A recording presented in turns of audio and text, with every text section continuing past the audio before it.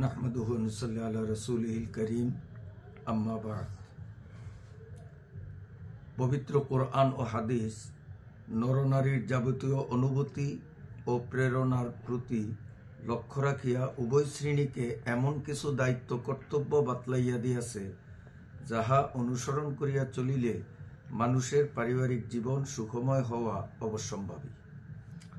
আমাদের দেশের অধিকাংশ দম্পতিরাই দ্বীনি ইলম শিক্ষার অভাবে সেই সব দায়িত্ব কর্তব্য পালন করিতেছে না, যাহার ফলে প্রায় প্রত্যেক দম্পতিকেই পারস্পরিক ভালোবাসা ও শান্তির পরিবর্তে অতি তিক্ততা ও জ্বালা যন্ত্রণার সহিত সংসার জীবন কাটাইতে হয়, কিংবা পারস্পরিক সম্পর্কচ্ছেদ করিতে ও বাধ্য হয়। নাউযুবিল্লাহ।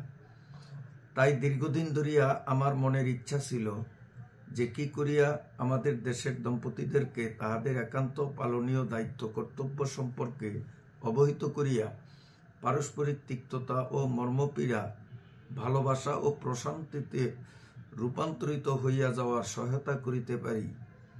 আলহামদুলিল্লাহ, আল্লাহ পাক এই অদমের নিয়তকে কবুল করিয়াছেন, যাহার ফলশ্রুতি স্বরূপ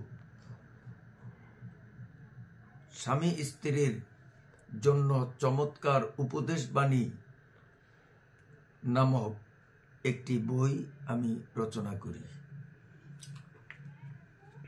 উক্ত বইয়ের স্বামী স্ত্রীর বিশেষ কর্তব্য শিরোনাম থেকে দম্পতিদের উপকারার্থে আমি সামান্য কিছু একটি অনুচ্ছেদ উপস্থাপন করছি। বিসমিল্লাহির রহমানির রহিম। ইসলাম স্বামী স্ত্রী উভয়কে ভিন্ন ভিন্ন এমন কিছু দায়িত্ব কর্তব্য দিয়াছে, যা তাহারা যদি সেইগুলি মানিয়া চলে, তাহা হইলে তাহাদের ভবিষ্যৎ সুষ্ঠু, সুন্দর ও আনন্দময় হইবে। স্বামীগণ কর্তৃত্বের অধিকারী বলিয়া নারীদের প্রতি যথেচ্ছা ব্যবহার করিবে, নিজেদের ভোগের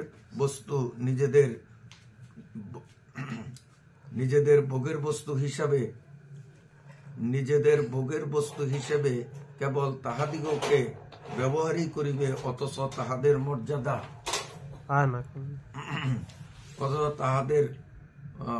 মর্যাদা দিবে না। ইসলাম তাহার সমর্থন করে না। নিম্নবর্ণিত বিষয়গুলি কোরআন ও হাদিস মতে স্ত্রীর প্রতি স্বামীর করুণা নয়, বরং স্বামীর নিকট হইতে স্ত্রীর পাওনা বা হক, যাহা স্বামীকে অবশ্যই পূরণ করিতে হইবে। 1. স্ত্রীকে একান্ত প্রিয়তমা সাথী হিসাবে গ্রহণ করা। 2. উত্তম ব্যবহার করা। 3. ভরণ পোষণের ব্যবস্থা করা। 4. প্রয়োজনীয় শিক্ষাদান করা। 5. নির্দোষ আমোদ প্রমোদ করা। 6. মহারণা পরিশোধ করা। 7. মহারণা লইবার জন্য স্ত্রীকে তোষামোদ বা ভয় প্রদর্শন না করা। 8. স্ত্রীর মনস্তুষ্টি লাভের নিমিত্তে নিজের সামর্থ্য অনুযায়ী অলঙ্কারাদি তৈরি করিয়া দেওয়া। যদি নিজের জন্য কষ্টকর মনে হয়, তাহা হইলে অলঙ্কারের মূল্য দেনমোহরের মধ্যে হিসাব করিয়া লইয়াও অলঙ্কার দিয়া স্ত্রীর স্বভাবজাত আকাঙ্ক্ষাকে পূর্ণ করা যাইতে পারে। 9. অনিচ্ছাকৃত অপরাধ ক্ষমাসুন্দর দৃষ্টিতে দেখা। 10. প্রয়োজনে স্ত্রীকে শাসন করা। 11. স্ত্রীকে মাঝে মধ্যে তাহার আত্মীয় স্বজনদের সাথে সাক্ষাতের সুযোগ করিয়া দেওয়া। 12. একাধিক স্ত্রী থাকিলে সকলের সাথে সমান ব্যবহার করা। 13. শ্বশুর শাশুড়ির আত্মীয় স্বজনকে আদর যত্ন করা। 14. স্ত্রীর সম্পর্কে অহেতুক অশোভনীয় ধারণা পোষণ না করা, আবার সম্পূর্ণ উদাসীনও না থাকা। 15.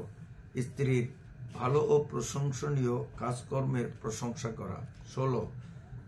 স্বীয় স্ত্রীর অভিমান সহ্য করা। 17.